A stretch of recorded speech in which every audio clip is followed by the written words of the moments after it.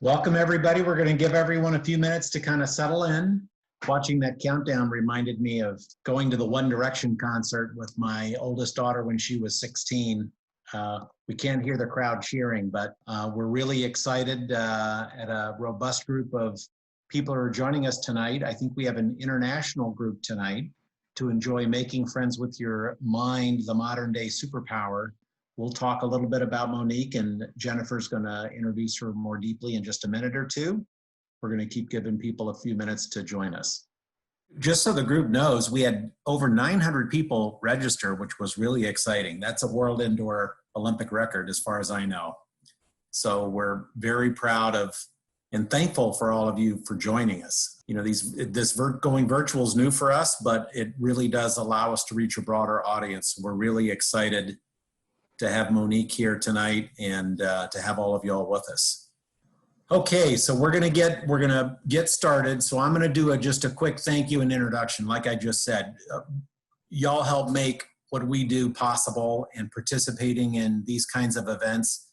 It's really endorsing the fact that we can still reach people even though we're separated physically. It's nice to know that we can touch base with everyone. And just two quick things about Monique before Jennifer dives in a little bit more deeply. I had the pleasure of meeting Monique several months ago, and Monique's one of those people that after you meet her, you just feel better. She exudes calm, self-confidence. In today's day and age with everything we're going through, we all need it. And two areas where she made me feel bad, because I did some research on Monique, and I was a nominee for Outstanding Boy in 8th grade at Kiva Elementary. And I've told people I've ridden my bicycle across California, and I thought that was something. Monique, who has worked with the Dalai Lama, on her own rode her motorcycle across the entire country of India and has been nominated as the New Zealander of the Year. So I'm going to change my bio because it pales in comparison. Jennifer Zients, who's my deputy director here at Brain Performance Institute, and also our head clinician, is going to now have the pleasure of introducing Monique. Thank you all for joining. So Monique has been a student and a teacher of mindfulness meditation for over 20 years. You also already heard from Steve some of her quite impressive experience in her life. She's a singer-songwriter. She hails from New Zealand, but tonight she's actually in Hollywood. And she's here to help us all tonight to make happiness a habit. So everyone, Monique Rhodes. So wonderful to be here. I wish so much right now that I was in Dallas, because Dallas is one of my most favorite places in America. I remember when I was a kid, Dallas, the only thing I knew about Dallas was it was the TV show that I wasn't allowed to watch. But since I've been in America, living here for about 3 years, I've come to Dallas a lot. And actually, I couldn't really even tell you much about Dallas, because Dallas for me is all about the incredibly extraordinary people that I've met in Dallas, who really have become like a family for me in America. So I wish we were all together doing this, but I hope that this will suffice for you. And thinking of those people in Dallas, I just want to say a big thank you to two people in particular. The first one is Daphne White from Stagen. She is one of my angels in Dallas and one of my angels in America. And she brought me to Dee O'Neill Warren at the Brain Performance Institute, who's been my champion there and really is the person that I want to thank for me being here today.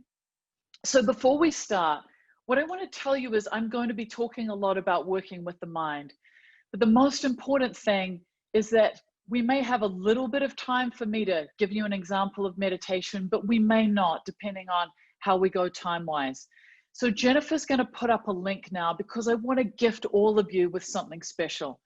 I want to gift each and every one of you with a free month to the 10-Minute Mind, so that when I'm done explaining why working with the mind is so important and so vital, that you'll be able to come and join me And let me teach you how you can do that on a daily basis with our daily program. So I trust that Jennifer will put that up in the chat. Come in, sign up. Don't miss that link. Come in and sign up. And she'll put it up again at the end as well. And I really look forward to teaching each and every one of you. I want to tell you a little bit about myself, and I hope that you're not too jealous right now that I come from New Zealand. Of course, is one of the most beautiful countries in the world if you've ever been there. And if you haven't, it's absolutely the place to go. And right now we have possibly the best leader in the world, the most loved leader in the world, and only a few COVID cases. So it's a great place. It's beautiful, it's wonderful, very community oriented. But there's also a shadow side to anything. And New Zealand has a few shadow sides. One of those shadow sides is we have one of the highest rates of suicide in the OECD. And we also have a problem with child abuse. And unfortunately, I'm one of those statistics. So as I was growing up, I was adopted into a family, and a lot of things kind of happened to me growing up that were very tricky and very difficult. And what I found, without going into too much of a story, as we've got a bit to get through tonight, is that I didn't find growing up very easy. My thoughts, my emotions, my whole being was kind of on a roller coaster ride. I would wake up in the morning and really never quite know how the day was going to go. It was difficult and it was tricky. And there's no doubt that by the time I hit my teens, I was really sitting in quite a major depression. By the age of 19, things kind of hit a crossroad for me. The age of 19, I ended up in hospital having taken an overdose, trying to take my own life. It was without a doubt a lowest point in my life, but it was also a turning point for me. And I know that so many of us, I'm not the only one who has experienced this kind of despair. But stress, anxiety, and depression are big problems in our world. And for me, at the age of 19, the question that I asked myself when I was sitting in that hospital bed was, why is it that life is so hard for me? Why is it that it appears as though some people find life easier than I do? And is there a way that I can turn this around? Is there something that other people are doing that I'm not doing? And this led me on a quest where I traveled all over the world. For 13 years, I lived out of a bag, exploring the world, exploring different philosophies, doing everything I could to try and understand what was it that created happiness and what was it that created suffering. And this is now what I teach. I teach meditation, but I also teach people how to raise their happiness levels. It's a very powerful thing to start to understand. If we look at the stress and anxiety figures, particularly at the moment with COVID happening, they're really quite shocking. But when I first saw these stress and anxiety figures, I found them so staggering that it was almost heartbreaking. So I want to tell you a few based around America so you can get an idea of what we're actually dealing with. So in 1980, it was reported that only 2% of Americans suffered from anxiety. By 1994, this had moved up to 14%. By 2009, we'd reached 49%, or 61 million people. One of the saddest things is that the average age this anxiety begins is 11 years old. There was research published some years ago in the Canadian Journal of Psychiatry that states that anxiety disorders are the most prevalent health problem around the globe, affecting millions of people. And the World Health Organization has said that by 2030, the largest health risk on earth will be depression. It's hard for us to get our heads around. And as we all know, we're now facing a pandemic that is putting more and more stress on us and more anxiety on us. And the statistics in America are that 48% of people in America are now showing signs of having mental health issues. So what is it that we're doing wrong? Across the board, even leading up to this COVID crisis. There's quite a few things, but I think there's something that's quite obvious. Every single day, we're bombarded with advertising that's constantly telling us all sorts of things that will make us happy. It's a little bit like cultural brainwashing. Unless you live off the internet, which obviously none of you do because we're here right now, and you don't live in a place where there aren't any billboards, magazines, or TV, it's pretty hard to protect yourself from the advertising that is thrown at you on a daily basis. Advertising that's designed to lead us to believe that happiness can be bought. Because obviously, if we buy the endless products that we're being sold, then the people who are selling us this lie will make a profit from us.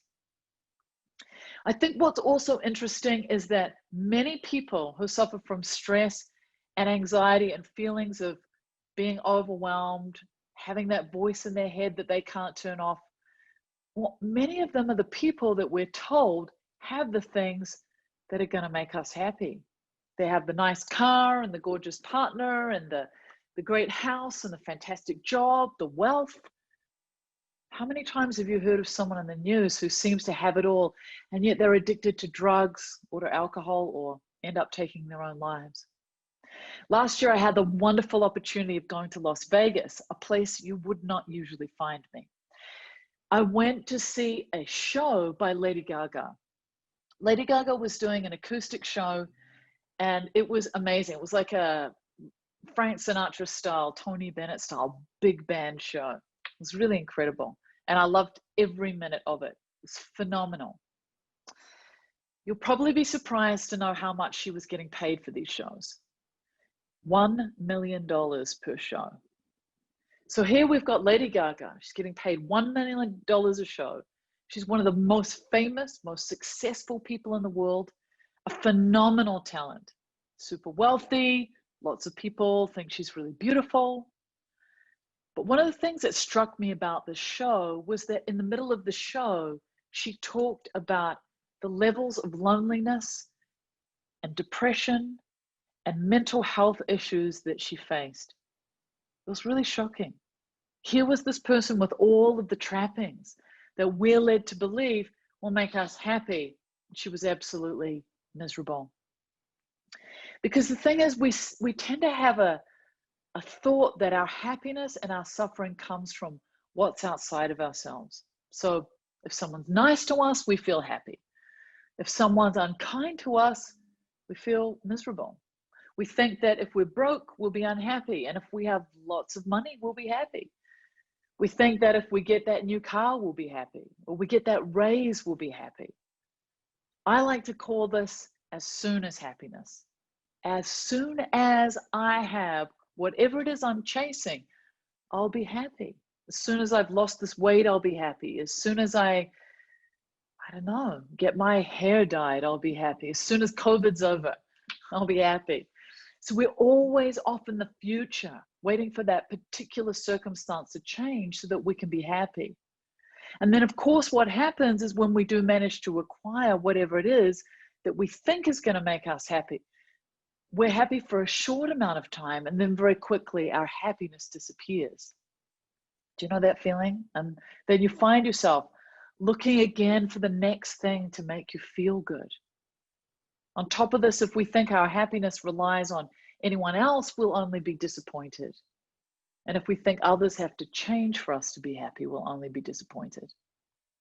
If you're anything like me, when I wake up in the morning, one of the first things I want to do is brush my teeth. And then I like to do a workout. I want to take a shower. I want to put on clean clothes. I like my house to be really tidy. I like my office space to be really tidy. But if we think about it like this, it's not actually my office space that I live in. It's not my home I live in. It's not my clothes I live in. Where is it that I actually live? Where is it that you live? We live in our minds. And if we live in our minds, then working with our minds is the only way that we can change the experiences that we're having. Because the most important thing for us to realize is that happiness and suffering come from within us. And if we can realize this, if I can teach you that one thing today, then what you will understand is that you are way more in charge of your happiness than you actually realized. If we want our world and our lives to be peaceful and happy and harmonious, it's vital that we start that process with our own minds, with our own emotional worlds. For our outer world to change, we have to practice peace and calm in our inner world first.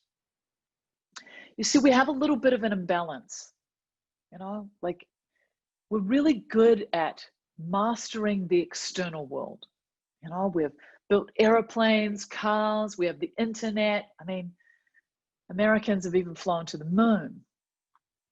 But the difference is that we haven't mastered the internal world. I know that we always say we are what we eat, but we are literally also what we think. If we can change our perception, then our whole experience of the world changes. It's literally not what happens to us, but it's the way we see it. I was home in New Zealand a couple of years ago, and I had the opportunity to go and see one of my favorite singers in the whole world, an amazing Australian woman called Sia. Some of you will know her. Sia is very famous because she comes out in her performances and all of her, anytime you see her live, and she wears a wig that comes down and covers her face. It enables her to bypass the ageism of the music industry, and it also protects her so that she can walk through most places and people don't know that it's her. I've been a big fan of her for a long time. She's really amazing. I'm home in New Zealand. I know that Sia's going to be playing at one of our stadiums, and I'm super excited. I go with Annabelle, who's my best friend. I get really good tickets. I spend a lot of money so that I'm going to have tickets, and we're going to be right at the front, in the area right at the front. So anyway, Sia comes out onto the stage, and instead of doing a normal show, because she's pretty out there, she stands right at the back of the stage on a box and has her microphone here, and she sings. And in front of her, there is a whole kind of dance performance that's going on, that's being beamed by these big, big TV screens. And it's being beamed to the rest of the audience in the stadium. And it's great, it's amazing. There's no band, which is a little bit interesting. Sia's back there singing. And we're partway through the show, and because we're close enough, I can kind of see a little bit what's going on. And all of a sudden I realize that what is being shown on these screens is pre-recorded. So it's pre-recorded, and the people on the stage are acting out what is pre-recorded. And suddenly I have a thought. And Annabelle turns to me and she says to me, "Are you loving it? Like, this is awesome, right?" And I said to her, "You know what? I've just had a funny thought. I've just realized that Sia's last album is called This Is Acting. And I can see that the people on the stage dancing are not the same ones in these TV screens. And all of a sudden, I'm wondering if Sia is even here. Because there's someone at the back of the stage on a box with a microphone who looks like Sia, but because her face is covered, who knows? It could be or it could not be." Wow. And Annabelle looked at me and she said, "Oh my God, you spent a fortune on these tickets." And I said, "Yes, I know." She said, how would you feel, if you realized she wasn't even here?" And I said to her, "Well, how would you feel if we realized she wasn't even here?" She said, "I would be so upset." And I said, "I will be thrilled. Like, I will think this is the most genius thing that anyone could do." I was suddenly imagining Sia, sleeping away in Los Angeles in her Hollywood home while we were here in New Zealand at her concert. I thought it was brilliant. And I looked around the stadium and I realized that there wasn't anybody else who appeared to be thinking the same thing as me. So this is an example of a different perception. My perception was suddenly, maybe Sia's not even here. Most people's perception seemed to be that she was there. Same situation, different perceptions. Though I have to say, there was some questions by some reporters the next day in the New Zealand press wondering whether Sia was even in the audience. So I wasn't the only, on the stage, so I wasn't the only person thinking about it. So what happens for us is that if we want to look at working with our mind, we have to understand that we need to learn to train and tame our mind. And when we do that, we're working with the habits of our mind. And if we work with the habits of our mind, we can shift our stress levels, our anxiety levels, and our happiness levels. But we need to learn how to overcome our habits. So I want to explain to you a little bit about how the mind works, because I think you're going to find this really fascinating. Here I have my beautiful flower from my garden, okay? So this is how it works. There are 8 levels of consciousness, all right? So the first 5 levels are our senses: taste, touch, sight, smell, and hearing. So when I show you this, the first thing that happens is one of your 5 senses recognizes and sees this. It sees it, and then the 6th consciousness kicks in and recognizes that these are flowers. Now we get to the tricky bit. Then the 7th consciousness kicks in, and it says one of 3 things. I like these flowers, I don't like these flowers, or I feel neutral about them. And this is happening to us all day. Then what happens is our minds store this reaction in like a piggy bank, like an external hard drive. And this affects our mind. So think about it like this. When I came into the room today, you had a reaction to me when you first saw me. You either thought I like her, I don't like her, or I feel neutral about her. And we do this all day without realizing it. And that place between recognizing, seeing that this is a flower and recognizing it happens in an instant. I have an app on my phone at the moment that enables me, when a call comes in from someone I don't know, it goes immediately to answer phone. This is how fast it works in our mind. I see this and I have a reaction that quickly. But what we don't realize is that those reactions are actually coming from this piggy bank of experience. So let me explain it to you so that you understand. So we have these flowers, right? It could be like this.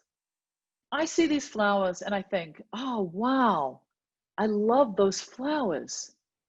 But when I look a little bit more closely, okay, I look a little bit more into it, I might realize that the reason I love these flowers was my grandmother had flowers like this in her garden, and I really loved her.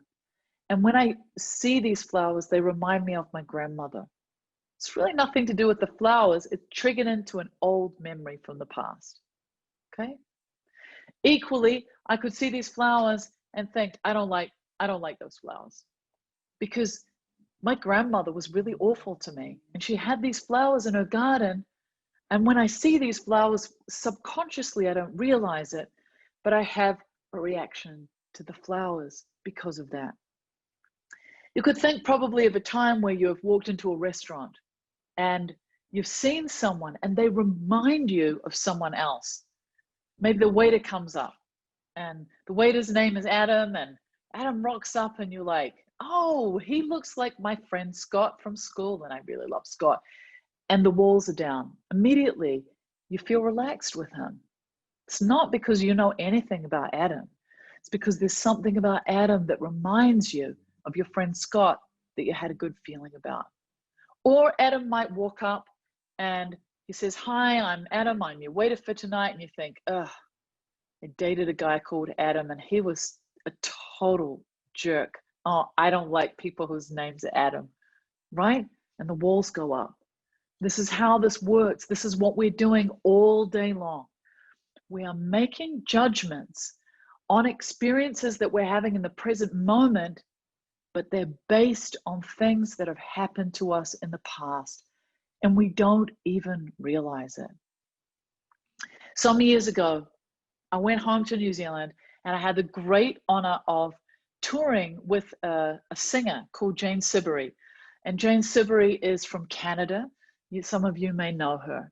And Jane told this story that I just love when we're on tour. It's such a fantastic story. So Jane said that she was in Vancouver, and every night she would walk her dog along an area where there were lots of, it was like a red light district. I've never been to Vancouver, so I have no idea. She would walk along this red light district, and she said there were, you know, lots of prostitutes there. And she said this one night, she was walking this way with her dog, and she had her guitar in her hand, and she was walking to the recording studio. She's walking along the road, and there's this guy, and he has his window wound down, and he's calling out to her, hey, come over here. She's like, is he joking me? Like, do I look like a working girl? Like, I'm out here with my guitar and my dog. Like, how more obvious could it be that I am not working on the streets? Anyway, he wouldn't give up. He kept following her. He's calling to her, please come over to the car. And finally, she's so angry with him that she walks up to his window. And Jane isn't one to mince words. And she just unloads a whole bunch of things on him. You're a misogynistic pig. And she said a whole lot of words that I won't say to this polite Dallas audience. She said all these things to him and really told him just how disgusted she was in him for thinking that she was working, and how dare he call out to her like that. And he looked at her really sheepishly and said, I just wanted to tell you how much I love your music. This is what we do. We make assumptions, quick assumptions like this all the time, just like Jane did. We run a whole bunch of stories and things that we tell ourselves that so often aren't even true. And it's really important that we learn to work with these things. Meditation is one of the most powerful ways that we can make this shift. For most of us, we wake up in the morning, and I like to describe it like this. We wake up in the morning and we open the door to our mind.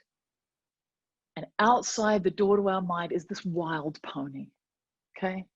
We jump on this wild pony. We don't have a choice. We're thrown onto this wild pony. And this wild pony just runs off in a whole heap of directions, taking us here, there, and everywhere. We're barely hanging on because there's no bridle and there's no saddle. We're having to do it like pretty seriously hard. And every so often this wild pony gets tired and it stops. It has a little something to eat, gives us a break, but something will scare it and off it will go again. This is what our minds are like. So imagine if you could wake up in the morning, the door to your mind opens, and there you have this beautiful horse that is calm, has a saddle and a bridle, is incredibly gentle, and you're able to lead it where you want to go. Wouldn't that be amazing? That's the difference between someone who has tamed and trained their mind and someone who hasn't. You see, one of the things that people don't understand is that they think that their mind should have no thoughts, because these thoughts are so confronting. You know, we have these thoughts running around in our mind all day. It's like so tough. This little voice running all day.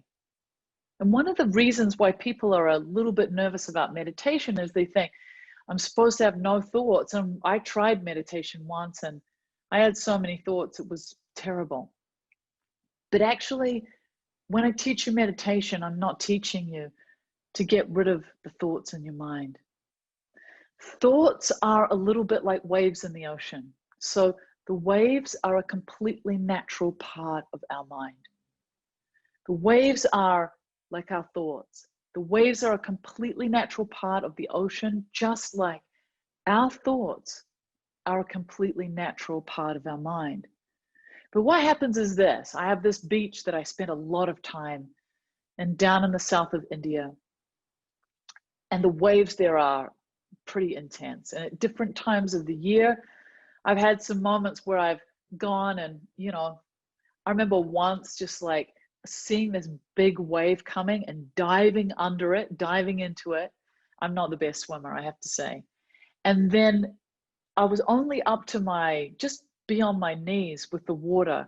And I looked behind me and there was a second one coming. And I remember literally trying to outrun this wave that came over my head and just pummeled me round and round. I was winded. My legs were ripped up from being ripped up on the sand. It was really full on. This is how our minds are. Our thoughts and our emotions take us on these roller coaster rides all day long. And we never know when the next one's coming. We think one's just come and then we look back and there's another one coming for us. Another wave of thoughts or another wave of emotions. But when you learn to work with your mind, what you learn is that you can actually surf those waves. You allow the thoughts and emotions to come, but they don't overwhelm you. They don't pummel you. They don't make you feel like you're completely out of control. Because you see, understanding the mind is the key to our happiness. This doesn't mean that you won't experience pain in your life. You will. You'll experience pain, physical pain, emotional pain. That is a part of life and no one can escape it, okay? However, the question is, how do you relate to this pain? Do you let it consume you? Do you let it overtake you? Do you let it bring you down into a state of anxiety and depression? Do you relate to it so strongly that you actually begin to think that you are the pain? And this is what meditation teaches us. It teaches us how to relate differently to the circumstances of our lives. It teaches us to be more gentle with ourselves, more loving, more spacious, more kind, and more relaxed in the way that we relate to the world. There was this really wonderful story from this Indian sage called Shantideva. He gave us a wonderful example of why meditation and working with our minds is so important. He said this, he said that as we walk the earth barefoot, our feet can hurt, okay? Particularly for those of us who are in the summer right now. I'm always in bare feet. It's a very New Zealand thing. We love being in bare feet. We go to the shops in bare feet, which I know is very horrifying to everybody else. But as we walk the earth barefoot, our feet can hurt. So it can be tempting for us to want to cover the whole earth in leather so our feet no longer hurt. But how could we possibly find enough leather to cover the whole earth in this way? Instead, what we could do is take a small piece of leather and cover our own feet. So the lesson of this ancient parable by this Indian saint is, instead of trying to change the external circumstances of the world, which is impossible, and which is what we constantly try to do, we can instead work with our own minds. And this will relieve the suffering that appears to come from outside of ourselves. I was told a story some years ago that I think was the most powerful example. I met a man, he was from Tibet. His name is Gachin Rinpoche. He's one of the great teachers of meditation who's still alive. When Tibet was taken by the Chinese in 1959, he was put into prison for 21 years. And he told me a story that has had a massive impact on my life. He said that when he was taken captive at the beginning of the 21-year period, he was put in a prison cell. And in that prison cell, he was put in a cell with another guy from his village, another man that he knew. And he said that his friend really struggled. He struggled with the physical torture they were experiencing. He struggled with the emotional torture. We can only imagine what it was like. He said that he really tried to help his friend so much, but that one day When he woke up from sleeping, they slept on a mat on the floor beside each other. When he woke up from sleeping, what he saw that there was blood over him, and his friend had taken his own life. He had found something to cut his own throat with and taken his own life. And he said this: there were two of us in a cell. We were both men. We were the same age. We were from the same village, and we were in the same physical health. But one of us experienced so much suffering that he took his own life, and the other one did not experience any suffering at all. And the only difference between the two of us, he said, was that one of us had worked with our mind. Wow. The story blew me away. The identical circumstances. And one person survived that without experiencing any suffering at all because he was a master of working with his mind. Now, I'm not saying that we can even manage to be masters of our mind, but even going some way towards this is unbelievably powerful and is a game changer. And I promise you that I wake up every morning full of excitement and energy and happiness about the day, having gone from a 19-year-old kid who was trying to take her own life to someone who literally lives an extraordinary life. This didn't happen by accident. This didn't happen by wishful thinking. This happened by design. And it happened because one of the foundation practices of my life for the last 20 years has been learning how to work with my mind. I don't give anybody else the keys to my happiness. The keys to my happiness lie in my own hands. So what meditation teaches us is how to be in the present moment.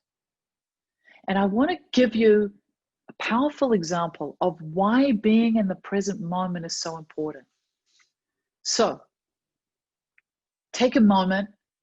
I'd love you just to close your eyes if you can, and I'm going to walk you through something that's going to help you understand why learning how to be in the present moment is so important. So close your eyes and just listen. There are 3 times: past, present, and future. The past is gone. It doesn't exist now. The future hasn't come.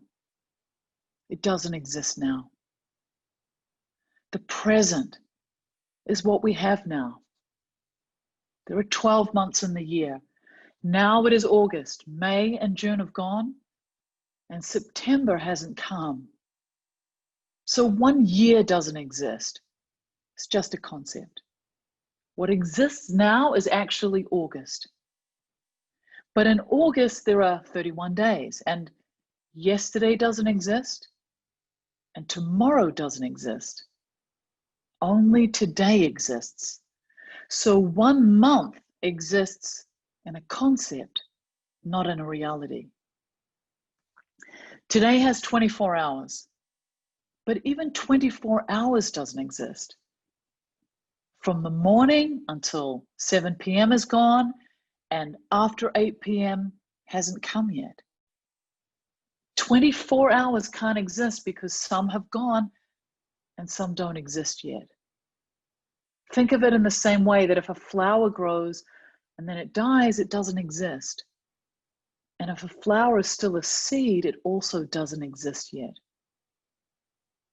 So now we think about an hour. In 1 hour, we have 60 minutes. Okay, right now, 42 minutes have gone. And 42, another 20 minutes haven't come yet. So we only have this 1 minute. But we actually only have this 1 second if we break it down, but even the second doesn't exist.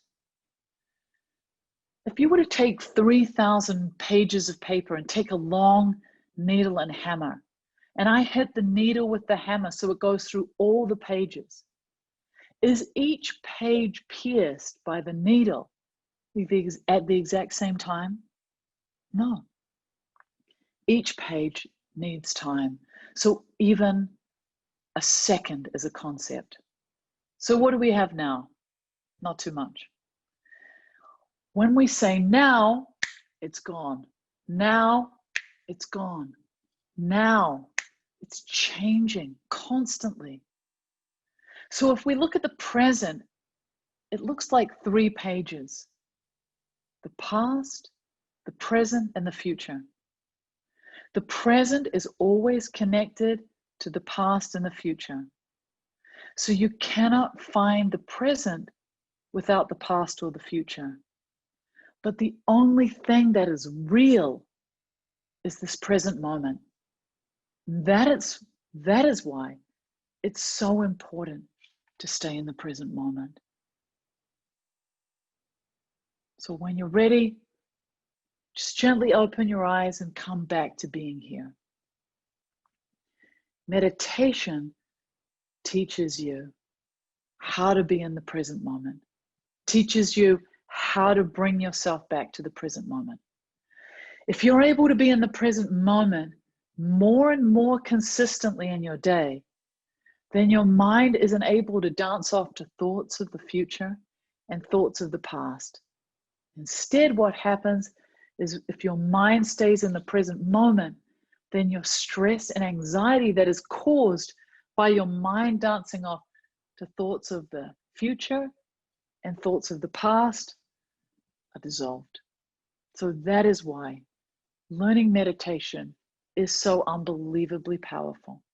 If you can be here in the present moment, your whole life changes.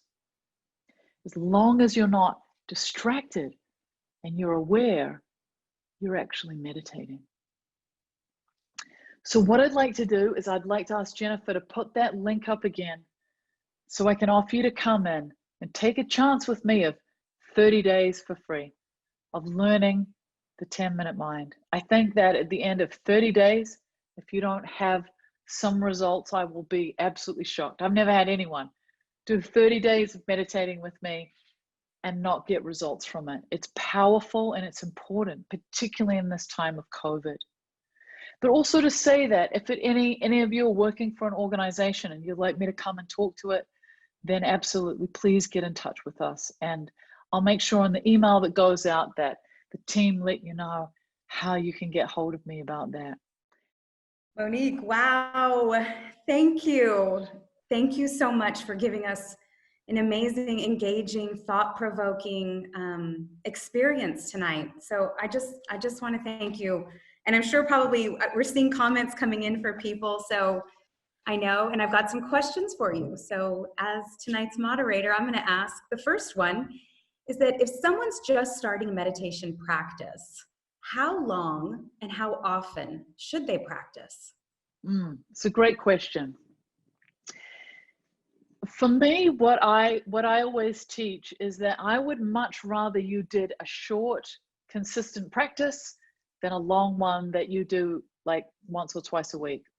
So when I first started teaching meditation, I was living in India, and I ended up kind of being the ambulance for a lot of young Westerners who were coming through. They were going off and doing Vipassana meditation, Vipassana meditation is a 10-day meditation retreat. Most of them had never meditated before. You start at like 4 a.m. in the morning and you meditate right through till 10 p.m. And these kids were coming out of these Vipassana retreats like, whoa, like blown away. They loved meditation. But they said things like, I'm going to meditate for 2 hours a day. And they couldn't even do one meditation session. So from where I look at it, I would much rather you did a short meditation practice and did it ideally daily or at least 3 or 4 times a week. That is the most powerful thing you can do if you can do it consistently, so that you don't do it so long that you're like, whoa, I've done my meditation. Shifting habits requires consistency, and a meditation practice is about getting to know yourself. So the 10-minute mind was really powerful because we first trialed it at University College London, one of the top universities in the world. And what the main thing I wanted to test with it was 10 minutes long enough? A daily 10-minute practice, was it long enough? And absolutely, without a doubt. And I know some of my students are on this call, they can tell you in a heartbeat that it's a very, very powerful practice. And we see amazing results. So I would rather you did 10 minutes. You can extend that through the practice if you want to. But at the same time, if you just want to stay with 10 minutes a day, 30 days, I'll give you a bet on it. If you do my practice for 30 days, one day after the other, just 10 minutes a day. My God, we've all got 10 minutes. You will see a change in yourself, or someone is going to come to you and say, hey, what is it that you're doing at the moment? So that is enough. Do not get fooled by, like with exercise or anything. I've become a little bit of I'm doing a lot of weight training at the moment. I know that if I do too much weight training, that I'm going to hurt my body. And it's really the same with meditation. Just be gentle with yourself with it. Don't set crazy goals. 10 minutes a day. I'm sure all of you can find 10 minutes. Well, and from all the comments in the chat, people are definitely going to take you up on that. Good. I want you to. For a month. Yeah, everybody, I just want to tell you, people have been expressing such gratitude for you to have given such a generous offer. So thank you on behalf of everybody who's already saying thank you. I have another question for you. This is from some UT Dallas graduate student leaders. They founded a group called the National Brain Health and Wellness Initiative. And This is a two-part question. One is, what's your experience been like working with people of different ages with 10-minute mind?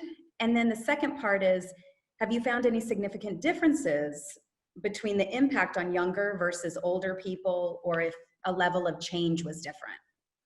Great question. Thank you. I love this question. So when I first started teaching meditation, I was teaching young people in India, young Westerners who were coming into India. They wanted to change their lives. And I actually designed the 10-minute mind for that age group.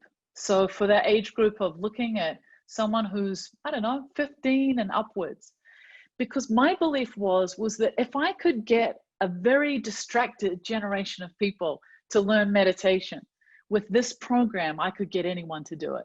And this is why the 10-minute mind is in over 70 colleges and universities around the world. We're in every single college and university in New York City, and they basically give it to all of their staff and students.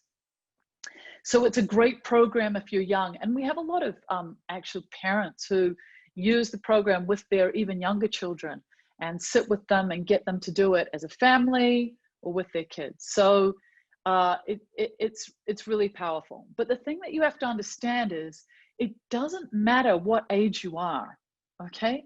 Meditation is something that is going to have an effect on you no matter what age you are. So what we might find is that our older demographic is a little bit more disciplined. However, the young people, I find the young people just take to this program and they find a life changer.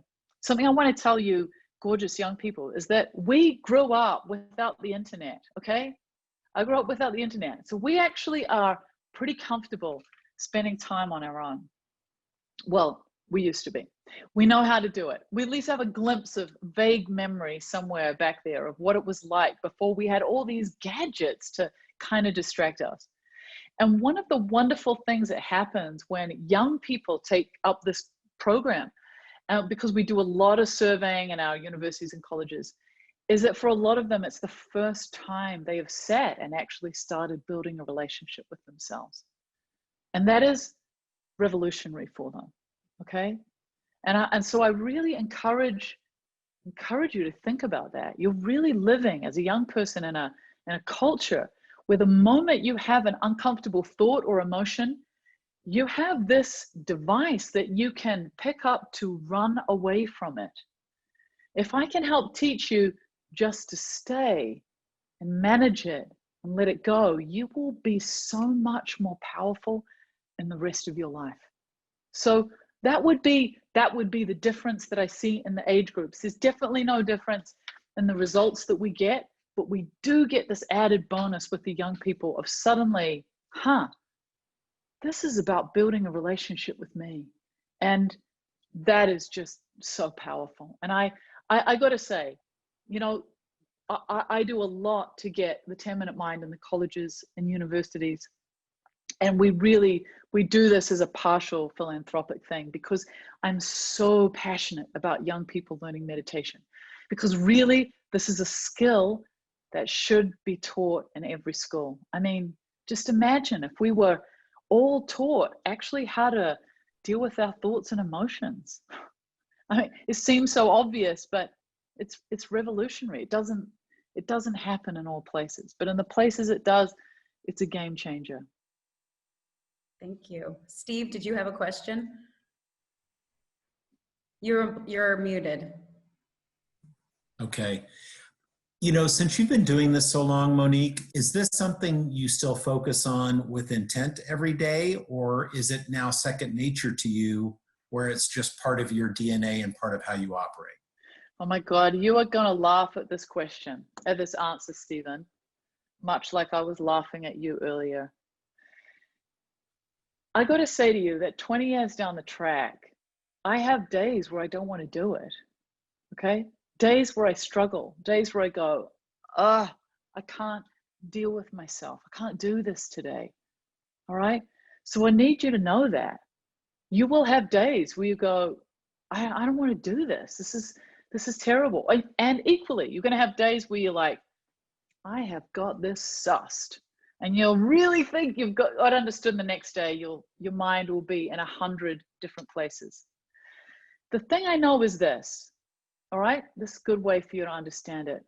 On the days that it's hard, the days where I just don't want to do it, maybe there's something troubling me, maybe a thought comes and I think, oh, I've forgotten to do this and I need to go and do it now. If I can just stay in my practice, it reminds me that my thoughts and emotions are as transient as the clouds in the sky. And if I can do that, then when difficult situations arise in my life, I don't run away from them. Because so many of our problems are caused by us running away from them. So I do it with intent every single day because I know that it's my superpower. It is, you know, and I'm a total rebel. Like, I'm wild. I do all sorts of wild things. I'm no goody two shoes. I'm a little bit of a goody good about my meditation because I know that's like my turbocharged, it's my cape. I'm like Wonder Woman with it. And it enables me to do so many things differently in my life and in my world because my mind is not out of control like it used to be. I have a level of confidence and self-esteem that I didn't used to have. My emotions used to be like a roller coaster like this. Instead, I'm able to handle things. And yeah, it's kind of, it would be foolish of me not to do it. That it makes me, you said it, it gives you this confidence. You have this body armor, but also your resilience building all along so that you know whatever is coming, you're good for it. You know what? I'm even going to say to you, Jennifer, it's not even a body armor. It's not an armor. It's like you're able to go in the world so much more with so much more vulnerability and so much less fear because you're able just to present yourself and show up. You don't have to protect yourself like we constantly do because you're well inside yourself. So it actually strips the armor away, which is one of the most powerful things that you can do. I love that. Thank you. A question that's come up a lot is there a certain time of day that's better than others to practice meditation? Yeah, great. Excellent question. There is. Ideally, you would do it first thing in the morning. And the reason that you would do it first thing in the morning, you would have your alarm go off. Ideally, it's not going to be your phone or anything. And you'll go and you'll just go and do your practice because your mind is calm. And I know any of you, I get up early every morning. I get up at 10 to 5 every morning and I start my meditation at 5 o'clock, okay? it's really nice. The world is calmer, the energy of the world is calmer, and my mind is calmer. So if I can work with my mind first thing in the morning while it's like pliable, then what I'm able to do is take that energy into my day. It's like it sets me up for the day. So you can do it at any time in the morning that you like. If you get up at 7:30, 8 o'clock, 9 o'clock, doesn't matter. But if you try and do it first thing, yes, it's really helpful. Have a coffee or something, get yourself awake, don't be too sleepy. Yeah, and do your practice as your gift to yourself to start the day. 10 minutes, that's all. So, get up 10 minutes earlier. Come and hang out with me. I'd love it. Awesome. Okay, we have one more question, and then I know everything else is going to get answered via video. But a question that's come up is, how can one let go of the past and memories of difficult situations to prevent it from harming one's present and their self-confidence regarding the future? Yes. Wow. It's a big question. Okay. First of all, get therapy. There's no doubt about it. See a therapist and get some help unpacking it. The next thing I'm going to say to you is listen to I do a daily podcast, and I'll get the team to put that out in the email that comes out. What happens is that I talk about this a lot in the daily podcast. We tell ourselves stories. We hold on to the past. Remember the meditation I've just given you. It's about staying in the present moment. The past doesn't exist and the future hasn't come yet. So actually the past is over. So we have to do some work in letting go of the past. Absolutely, meditation helps. Because we start to see that when the thoughts of the past come in, they start to become transient. So therapy combined with meditation can be unbelievably powerful. There's more to this. It's difficult for me to go into in a short period of time, but I will make a promise to you that I will address it in a podcast coming up. The podcast is called In Your Right Mind, and I will address this in a podcast coming up. And if by chance I forget, please just email the team, my team, and we'll make sure I address that for you. Thank you, Monique. There have been lots of questions. I know for all of you that we didn't get to your questions, apologies, but Monique is graciously, as I mentioned earlier, she has agreed to address all of these questions through video. And so be on the lookout. We'll be sending out a link to that so that you can have that. And think about, paying this forward. Think about spreading this, Monique's work, to everybody that you know who could benefit from it and would be honored really to know it. So thank you. Steve, I didn't know if you wanted to say anything else. Yes, thank you. On behalf of everyone, we have Sips in Science next month, as you see. New ones coming. But Monique, I said it at the beginning, I always feel better when we have a chance to visit. So that is one of your superpowers as well. So thank you very much.